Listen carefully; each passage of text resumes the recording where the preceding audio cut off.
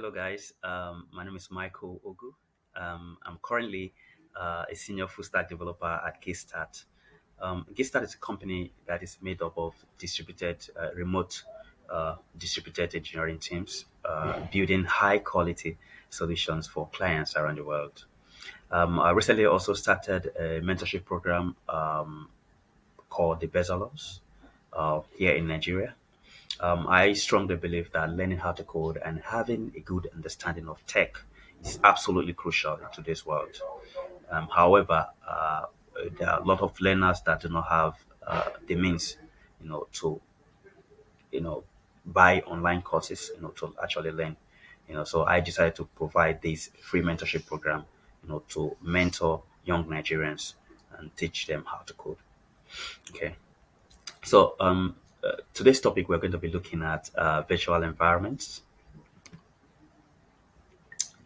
So to be able to build modern software application using Python, okay, the first thing you need to do is you need to have is to be able to install Python. Okay, you need to be able to install Python, and you also need to install some associated Python libraries. Okay, now the Python libraries are built by developers who constantly improve on them and frequently release new versions of these libraries. Okay, so let's look at, let's say, project one, two, three, four. So if we assume that project one is the oldest project and then the project four is the newest project, then you can say that for each project, you see that the version of Python or the Python packages may be different. Okay. The package, the version of the packages in project one may be different from that of that in project four. Yeah, because the project one is older and because these developers release newer versions of these packages. Right? So package project four is likely to have newer versions of those packages.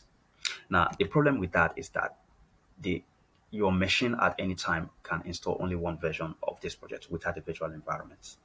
Okay, so in that case, if you have just the older versions of Python that is compatible, or the older versions of the Python libraries that are compatible with only the project one, you see that only the project one will work as expected.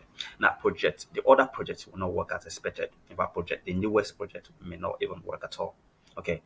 In the same way, when you have the newer versions of these libraries, okay, only the newest project will work. The newer version may not be compatible with the older versions, or in other words, the newer version may not be compatible with the older projects. Okay, so only the newest uh, project will work in this case.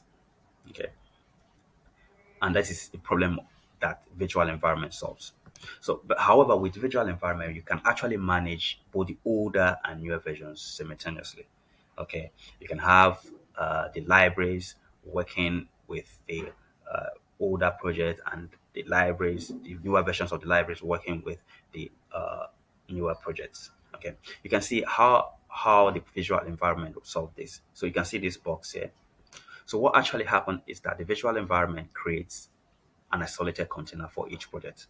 So you have like a box where all the software dependencies for the particular project is being installed within that box.